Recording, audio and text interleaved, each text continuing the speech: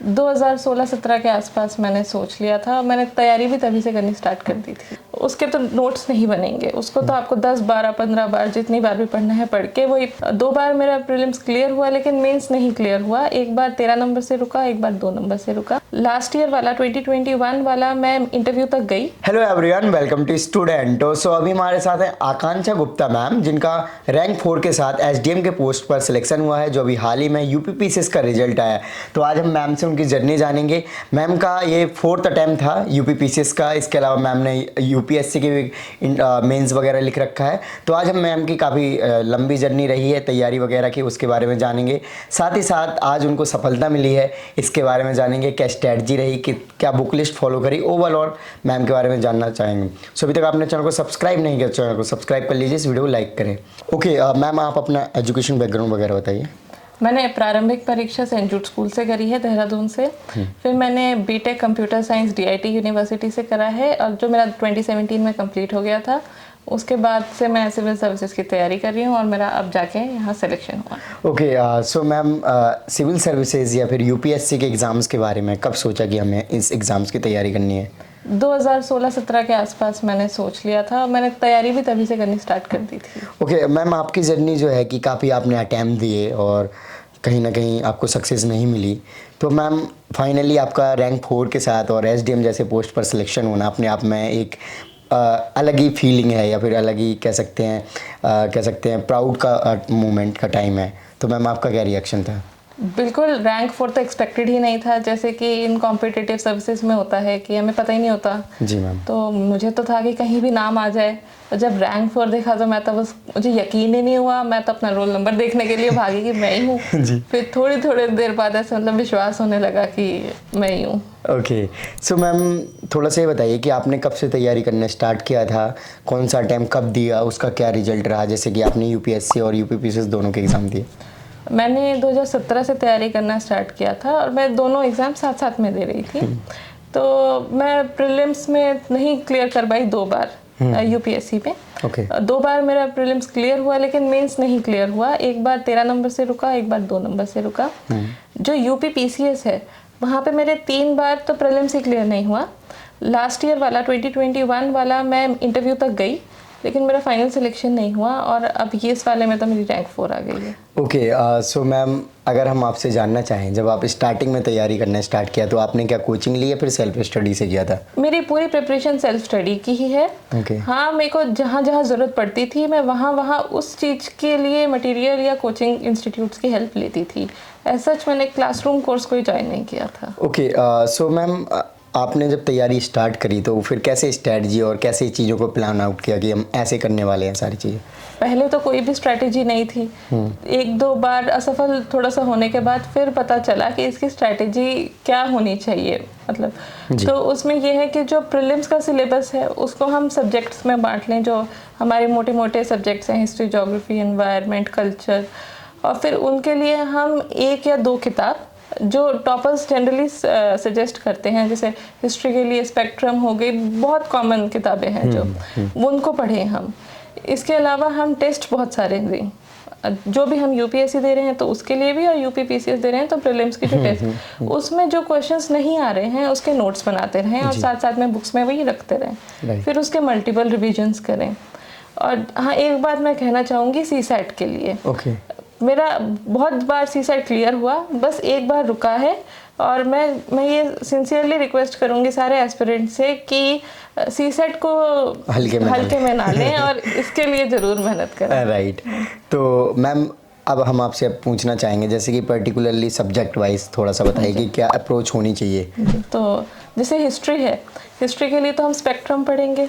उसके तो नोट्स नहीं बनेंगे, उसको तो आपको 10, 12, 15 बार जितनी बार भी पढ़ना है पढ़ के। वही विजन आईएएस की टेस्ट सीरीज यूपीएससी के लिए, और कोई और जो भी ध्येय दृष्टि जो भी आपको ठीक लग रही है वो आप उसके लिए करते चलें क्वेश्चन। लक्ष्मीकांत के लिए भी नोट्स नहीं मैं सजेस्ट करूँगी। हाँ, कुछ जैसे आर्टिकल्स वगैरह आते हैं यूपीपीसीएस में स्पेसिफिकली, तो वो आप एक जगह लिख के रखते रहिए और पढ़ते रहिए। ज्योग्राफी के लिए तो एनसीईआरटीज़ ही हैं, और जीसी लियोंग थोड़ी एटलस देखते रहिए।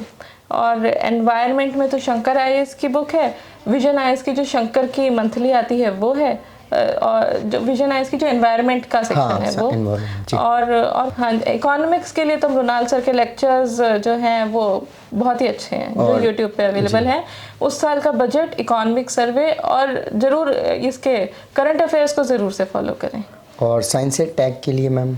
साइंस एंड टेक के लिए मैं कहूँगी कि लूसेंट कर लें, या फिर अगर आपके पास टाइम है तो आप 8th वाली NCERTs कर लें, या फिर कोई भी मैकबुक आती है अरिहंत की वो कर लें।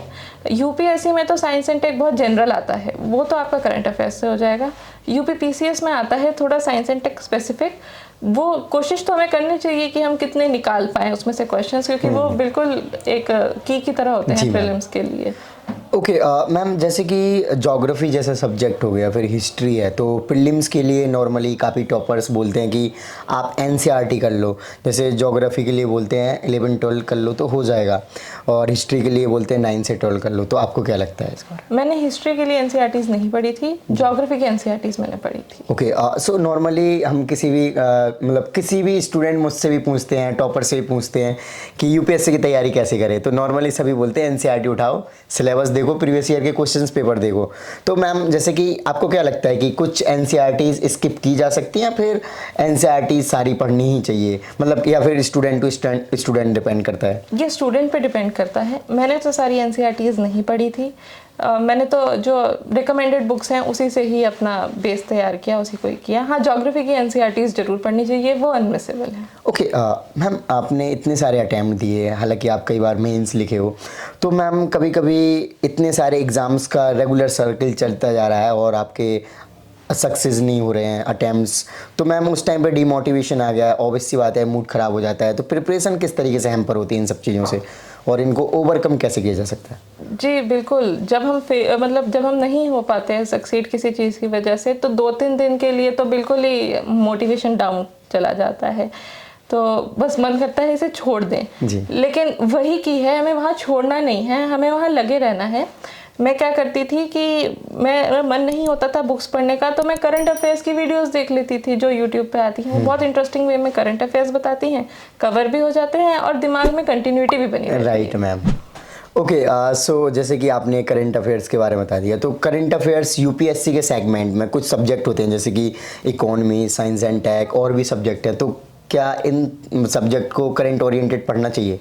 जी बिल्कुल बिल्कुल, स्टैटिक पढ़ें, क्योंकि कभी पता नहीं चलता कि पेपर किस टोन में सेट हो रहा है, स्टैटिक आ रहा है, करंट आ रहा है, और जनरली तो मल्टीपल चॉइस स्टेटमेंट्स जो होती हैं वो तो मिक्स होके आ जाती हैं। तो स्टैटिक और करंट को साथ लेके चलें। करंट को रिवाइज जरूर करते रहें, क्योंकि स्टैटिक तो एक बार आपको पढ़ के शायद आ जाए, लेकिन करंट में फिर दिक्कत आएगी। ओके जैसे मैम यूपीपीसीएस और यूपीएससी ऑलमोस्ट सिमिलर है, बट थोड़ा बहुत डिफरेंस भी है, तो मैम आपको क्या लगता है कि एक साथ इन दोनों एग्जाम्स की तैयारी करते हैं तो क्या प्रॉब्लम्स आती हैं, या फिर इनको कैसे मैनेज करना चाहिए? प्रॉब्लम्स तो ये है कि यूपी में थोड़ा सा यूपी स्पेसिफिक हमें देना पड़ेगा, जैसे यूपी प्रीलिम्स में फैक्ट्स आएंगे थोड़े से, और मेंस की आंसर राइटिंग में भी थोड़ा सा हमें यूपी की स्कीम्स वगैरह लिखनी पड़ेगी। अगर हम घंटा 2 घंटा अगर हम इतने ही डेडिकेटेड हैं यूपीपीसीएस, क्योंकि बहुत अच्छा एक प्लेटफॉर्म है यूपीएससी वाले बच्चों के लिए, तो हम घंटा 2 घंटे निकाल करके ये कर सकते हैं काम। ओके सो मैम जैसे कि आप बार बार रिवीजन के बारे में बता रहे हो, तो मैम ऑब्वियस सी बात है रिवीजन सक्सेस की होती है एग्जाम्स में, तो मैम रिवीजन का क्या शेड्यूल होता था, कब कब आप रिवीजन करते थे और क्या प्लानिंग रहती थी? जो हमने पढ़ा है उसको 3 दिन में तो रिवाइज करें, फिर उसके बाद उसको 3-4 दिन और बार रिवाइज करें, और फिर 1 हफ्ते में फिर रिवाइज करें, वो दिमाग में रह जाता है। मेन ये है कि एग्ज़ाम से पहले अगर स्टैटिक की बात है, क्योंकि स्टैटिक हम गलत होना अफोर्ड नहीं कर सकते, उसको तो आप 10-12 बार रिवाइज करें, और करंट अफेयर्स मिनिमम 3 या 4 बार रिवाइज करना है।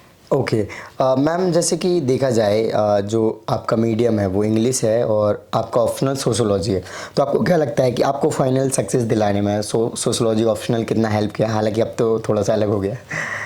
देखिए अभी तो मार्कशीट्स आई नहीं है, तो हमें पता नहीं है अभी तो कि क्या मार्क्स अलॉट है ना, लेकिन हाँ बिल्कुल सोशियोलॉजी ने भी अपनी भूमिका निभाई होगी। ये है कि GS1 में और हर जगह में हम इसको इंटर रिलेट करके आंसर्स लिख सकते हैं, वो थोड़े फिर जनरल से अलग भी हो जाते हैं, स्टैंड आउट भी हो जाते हैं। राइट तो आपका सबसे स्ट्रॉन्गेस्ट सब्जेक्ट कौन सा था, या फिर पोर्शन कौन सा था मैम? मेरा तो ऐसा कुछ नहीं है कि मतलब strong- सारे ही एवरेज थे हाँ आपके जी, पढ़ने में। अच्छा, जैसे कभी कभी मैम पढ़ते रहते हैं तो कभी कभी जैसे अभी आपने बताया था कि आप न्यूज़ देखने लग जाती, यूट्यूब पे वीडियोस देख, और क्या करते थे मैम जैसे बोरिंग होते थे तो आपके कुछ हॉबीज़ होंगे उनको फुलफिल ऐसा कुछ?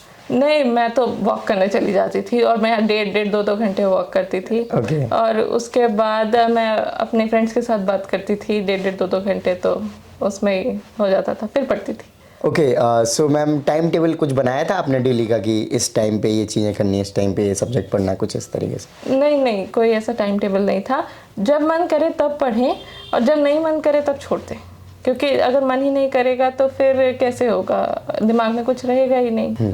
ओके, सो मैम जैसे कुछ रिसोर्सेज की अगर हम बात करें, ऑनलाइन हो सकती हैं, बुक्स हो सकती हैं, तो थोड़ा सा इसके बारे में बताइए जो यूपीपी से स्पेसिफिक हो। देखिए, मैंने तो ऐसे कुछ स्पेसिफिक, मैं ठीक बोलूँगी, मैंने पढ़ा नहीं। यूपी की स्कीम्स जरूर पढ़ी है मैंने, और जो भी फैक्ट आता है वो हमें फैक्ट मिलेगा यूपी के बजट से और इकोनॉमिक सर्वे से, या दृष्टि या यूपी के जो करंट अफेयर्स हैं, जो भी हम फॉलो कर रहे हैं, दृष्टि की मैगजीन फॉलो कर रहे हैं उसे, या जो भी मैगजीन है, मैं कभी कभी दृष्टि का देख लेती थी। तो वो सारा एक पेपर में लिख के रखें और उससे आपका काम हो जाएगा। राइट मैम, और मॉक टेस्ट वगैरह आपने कितने दिए, या फिर मॉक टेस्ट की क्या इंपॉर्टेंस लगती है आपको? मैंने यूपी पीसीएस का मैंने मॉक टेस्ट नहीं लगाया था। Okay. क्योंकि मेरा थोड़ा ध्यान उस समय यूपीएससी की तरफ ज़्यादा था, लेकिन यूपीएससी के तो मैंने तो मेरे को मतलब साल भी काफ़ी हो गए हैं, तो मतलब टोटल में मिला लेंगे तो 400-500 मॉक टेस्ट लगा दिए होंगे प्रीलिम्स के। तो ये है। मेंस के लिए मैंने ध्येय आईएएस की टेस्ट सीरीज़ ज़रूर ज्वाइन की थी। वो मैंने 2021 में ज्वाइन की थी, क्योंकि मुझे इस साल 2022 में ज्वाइन करने का टाइम नहीं मिला था, क्योंकि 2021 का इंटरव्यू था और फिर उसके थोड़े ही दिन बाद मेंस थे। ओके, जैसे कि ये मैम जो है, अगर हम देखा जाए यूपीएससी का इंटरव्यू अलग होता है यूपीपीसीएस का, तो आपको क्या लगता है कि कितना डिफरेंस है इनके इंटरव्यू, जो पैनल होते हैं मेंबर, या फिर सेम लेवल होता है? क्या पूछा गया था आपसे? मैंने यूपीएससी का तो इंटरव्यू दिया नहीं है, तो मैं उसका तो कह नहीं सकती लेवल का। यूपी पीसीएस में 4 पैनल मेंबर्स बैठे होते हैं, और उनके पास पहले तो कोई डेटा जाता नहीं था। मेरे ख्याल से इस बार शायद उनके पास बैकग्राउंड डिटेल्स गई थी थोड़ी बहुत। तो हमें कंप्यूटर, जो हमारा बैकग्राउंड है वो, जो हमारा ऑप्शनल सब्जेक्ट है वो, यूपी स्पेसिफिक और गवर्नमेंट ऑफ इंडिया की जो स्कीम्स चल रही हैं वो तो ज़रूरी पढ़ के जानी है। राइट मैम, और करंट अफेयर्स तो है। करंट अफेयर्स ऑब्वियसली बात है। अच्छा, यूपी स्पेसिफिक करंट अफेयर्स आपने कैसे कवर किया था, या फिर जो यूपीएससी के लिए मटेरियल फॉलो कर रहे थे वही? मैं इस बात में कहना चाहूँगी कि मुझे इसमें ज़्यादा एफर्ट लगाने की ज़रूरत नहीं पड़ी थी। एक्चुअली मैं यूपीएससी और उत्तराखंड पीसीएस भी साथ में कर रही थी, तो यूपी का मेरा जो डेटा था वो मेरे चाचा जी ही निकाल के दे देते थे। ओके, वो मेरे को बहुत बेनिफिट हुआ है उससे। ओके, तो मैम आपने कितने और एग्जाम्स दिए? जैसे यूपी पीसीएस का दिया है, यूपीएससी का दिया, अभी आप उत्तराखंड पीसीएस भी बता रहे हैं, और भी दिया कोई एग्जाम? जी, मैंने बहुत सारी स्टेट्स के एग्जाम दिए, हालांकि रिजल्ट उनके अच्छे नहीं रहे। हाँ जी। अच्छा, तो मैम ऐसा सच में मैनेज किया जा सकता है सारे एग्जाम, या फिर आपको अभी रियलाइजेशन हुआ हो कि शायद मेरा अटेम्प्ट जो लेट सिलेक्शन हुआ है ये मल्टीपल अलग अलग स्टेट के एग्जाम देने की वजह से हुआ, कुछ ऐसा अभी माइंड में आ रहा है? नहीं, ऐसा तो कुछ भी नहीं था, मैंने तो सारे इकट्ठे ही दिए थे। ओके, तो मैनेज कैसे करते थे मैम सारे का, जो देखिए, लास्ट मोमेंट? जिनका आपका सिलेबस सेम है ना, वो एग्जाम सारे इकट्ठे दें। इसका मूल मंत्र यही है, ताकि आपको अलग अलग ना पढ़ना पड़े। आप सिलेबस देखें उस सबका, जो भी एग्जाम दे रहे हैं, जिनका सिलेबस सेम है आप वो सारे दे सकते हैं, उसमें क्या दिक्कत है? अच्छा मैम, क्या आपके कोई फ्रेंड सर्कल रहा है ये तैयारी का, या फिर किसी की गाइडेंस प्रॉपर रही हो, या फिर खुद से ही जो आपने बताया हो? नहीं, खुद से ही था। मेरा फ्रेंड एक थी, लेकिन अब कुछ रीजंस की वजह से वो चली गई 2 साल पहले। तो हाँ, उससे शुरू में 3 साल उसके साथ जो स्टडी होती है वो की मैंने, लेकिन अब तो फिर सारा अकेले ही था। ओके, जो नोट्स बनाते थे, तो नोट्स बनाने का क्या नज़रिया होता था? जैसे कि हम स्पेक्ट्रम ही लें तो स्पेक्ट्रम ठीक ठाक मोटी बुक है, हालांकि छोटी है साइज में, बट ठीक ठाक उसमें कंटेंट है। तो अगर उसका आप नोट बना रहे हो तो क्या क्या चीज़ें रखते थे? मैंने नोट्स नहीं बनाए उसके। ओके, मैंने एक बार कोशिश की थी, मैंने पूरी बुक ही लिख दी थी दोबारा।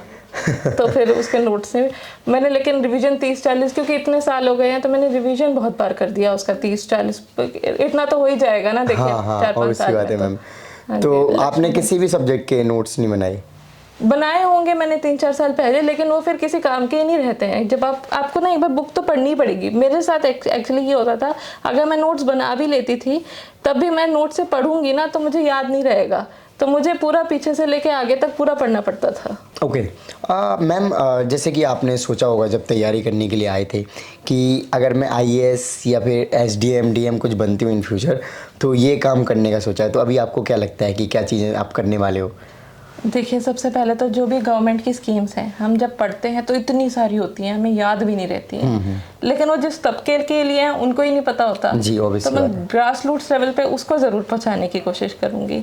इसके अलावा मैं कोशिश करूंगी कि जो हमारे साथ लोग जुड़ेंगे, जो हैं जनरल पब्लिक है, उनसे मैं डायरेक्ट कांटेक्ट जितना हो सके उतना करूं। अब से पल्लव सर की तरह आई थिंक मुझे लग रहा है। आपने देखा है ना उनको भी यूट्यूब पे? मैंने देखा है 3-4 दिन पहले। ओके ओके, ठीक है मैम। सो लास्ट में कोई मैसेज देना चाहेंगे जो फ्यूचर एस्पिरेंट हैं, जो अभी जो एग्ज़ाम होने वाला है जो 2023 का, वो देने वाले हैं? बिल्कुल, आप लगे रहिए। मैंने कितना सारा एग्ज़ाम दिया है और मेरा अब जाके क्वालिफाई हुआ है, तो आप लगे रहें। बिल्कुल निराशा के मोमेंट्स तो आएंगे ही आएंगे, क्योंकि पहली बार में सक्सेस तो मैं कहूँगी बहुत किस्मत वालों को ही मिलती है। तो बिल्कुल आप लक पे भी ध्यान, मतलब लक तो है ही, लेकिन आप हार्डवर्क करिए तो बिल्कुल फिर आपका लक आपके साथ देगा, और निरंतर प्रयास करते रहें। Okay, so thank you so much ma'am for your lovely message. So friends, आपने देखा कि मैम ने ओवरऑल अपनी सारी जर्नी को शेयर किया, अपनी प्रिपरेशन दौरान जो उनके एक्सपीरियंस रहा है उसको शेयर किया। सो आई होप कि आपको वीडियो अच्छी लगी होगी। तो इस वीडियो को लाइक करें, अभी तक आपने चैनल को सब्सक्राइब नहीं किया तो चैनल को सब्सक्राइब कर लीजिए। जय हिंद।